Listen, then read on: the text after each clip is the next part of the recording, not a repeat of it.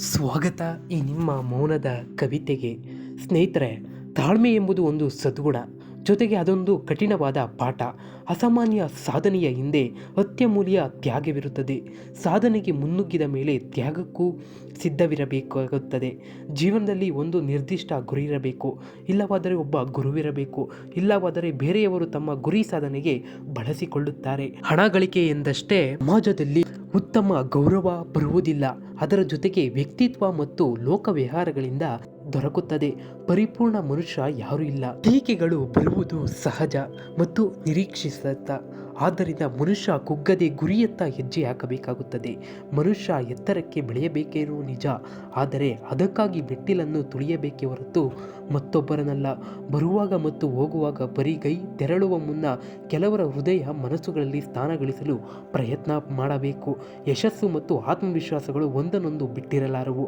ವಿಶ್ವಾಸ, ಶ್ರದ್ಧೆಯಿಂದ ಹೆಜ್ಜೆ ಇಟ್ಟಾಗ ಯಶಸ್ಸು ಪ್ರಸ್ತುತವಾಗುವುದರಲ್ಲಿ ಯಾವುದೇ ಅನುಮಾನವಿಲ್ಲ. ಮನುಷ್ಯ ಜೀವನದಲ್ಲಿ ಶಾಂತಿ, ಸಹನೆ, ಸಮಾಧಾನ ಗಳಿಸಿಕೊಳ್ಳದಿದ್ದರೆ ಏನನ್ನೂ ಸಾಧಿಸಲಾರ. ಕಷ್ಟದಲ್ಲಿರುವಾಗ ತಾಳ್ಮೆ, ಸುಖದಲ್ಲಿರುವಾಗ ವಿನಯ ಅವಶ್ಯಕ. ಕಷ್ಟದಲ್ಲಿರುವವರಿಗೆ ಸಮಾಧಾನ ಮಾಡುವುದಕ್ಕಿಂತ ಅವರಿಗೆ ಸಹಾಯ ಮಾಡಿ ಪ್ರೋತ್ಸಾಹಿಸುವ ಗುಣ ಶ್ರೇಷ್ಠ. ಒಬ್ಬರು ಮತ್ತೊಬ್ಬರನ್ನು ತಿಳಿದು ಬದುಕಬೇಕಾಗುತ್ತದೆ.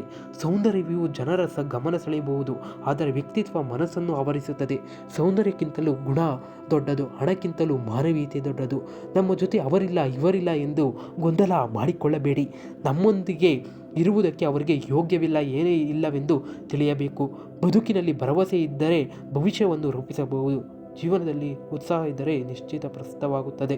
ಬಡವ ಮತ್ತು ಶ್ರೀಮಂತ ಇಬ್ಬರು ಸಂಪತ್ತನ್ನು ಅನುಭವಿಸಲಾರರು. ಬಡವ ಹಣ ಗಳಿಸಲು ಹೋರಾಡಿದರೆ ಶ್ರೀಮಂತ ಹಣ ಉಳಿಸಲು ಮುಂದಾಗುತ್ತಾನೆ. ನೆಮ್ಮದಿಗಿಂತ ದೊಡ್ಡ ಸಂಪತ್ತು ಇನ್ನೊಂದಿಲ್ಲ.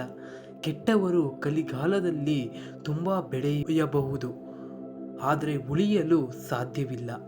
ಒಳ್ಳೆಯವರನ್ನು ಜನರು ತುಂಬ ತುಳಿಯಬಹುದು, ಆದರೆ ಯಾರಿಂದಲೂ ನಾಶ ಮಾಡಲು ಸಾಧ್ಯವಿಲ್ಲ. ಮೈತುಂಬ ಕೆಲಸ, ಕಣ್ತುಂಬ ನಿದ್ದೆ, ಮನಸ್ಸು ತುಂಬ ನೆಮ್ಮದಿ, ಹೃದಯ ತುಂಬ ಪ್ರೀತಿ, ಆರೋಗ್ಯ, ಭಾಗ್ಯ ಇರುವಂಥ ಜನರು ನಿಜವಾದ ಶ್ರೀಮಂತರೆಂಬುದನ್ನು ನೆನಪಿಡಬೇಕು. ಜೀವನ ಎಂಬುದು ದೊಡ್ಡ ಸಂತೆ, ಆ ಸಂತೆಯೊಳಗೆ ನೂರಾರು ಚಿಂತೆ, ಆದರೂ ನಗುತ್ತಾ ಬಾಳಬೇಕೆಂದು ಹಿರಿಯರು ಹೇಳುತ್ತಾರೆ. ಸಹನೆಯಿಂದ ಬದುಕು ಕಟ್ಟಿಕೊಂಡು ನೆಮ್ಮದಿಯಿಂದ ಬಾಳಿರಿ.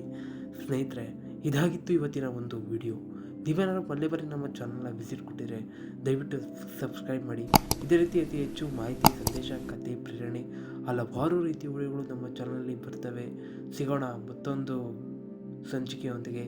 ಧನ್ಯವಾದ ಸ್ನೇಹಿತರೆ.